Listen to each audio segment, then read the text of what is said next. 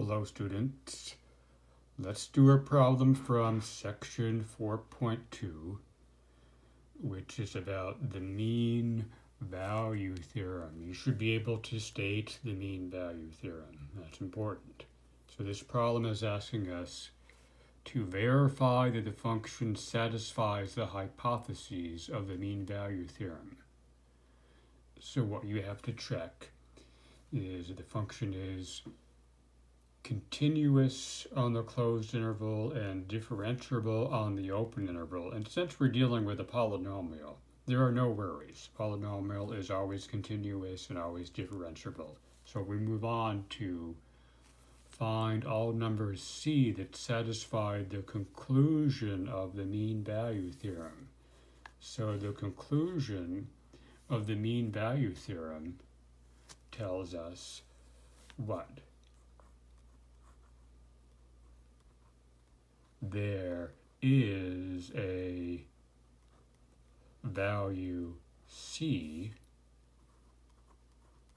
such that f prime of C is equal to the average rate of change of our function over the given interval. The given interval is -2 to 2. So what we have is f of 2 minus f of -2 over 2 minus -2.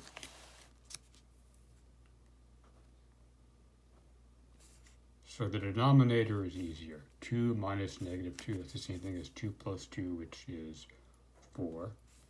Now I'll go back to our function. I'm going to plug in 2 and -2. So our function again is f of x equals x cubed minus 3x plus 2. So if I plug in 2, well, let's see. 2 cubed is 8. And then I have minus 3 times 2, which is 6. 8 minus 6 is 2, and 2 plus 2 is 4. So f of 2 is 4.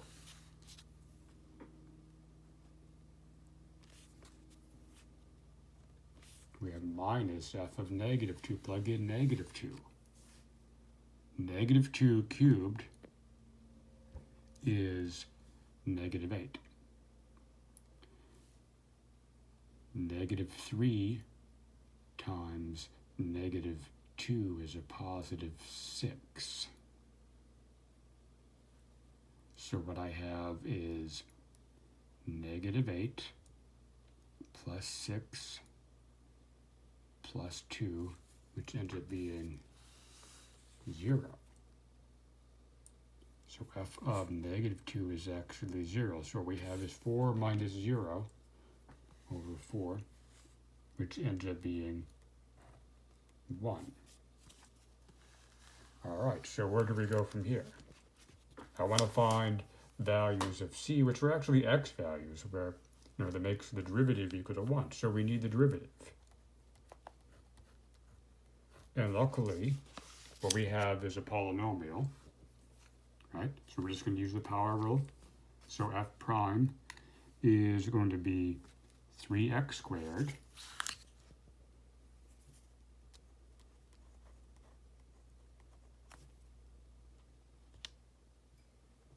minus 3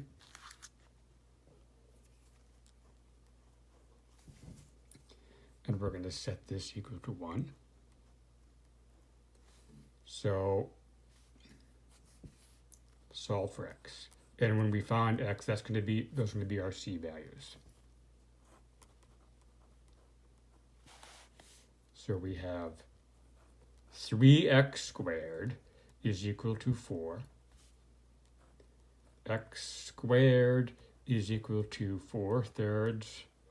So using the square root property, we get x is equal to plus or minus the square root of 4/3, which we can simplify.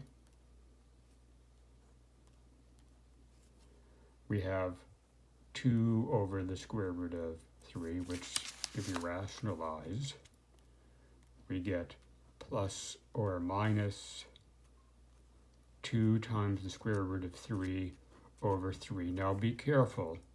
We want to make sure that all the values that we have are actually on our interval, -2 to 2. Okay? And I think that is the case. All right. We look at 2 times the square root of 3 divided by 3. So it's these are about plus or minus 1.15.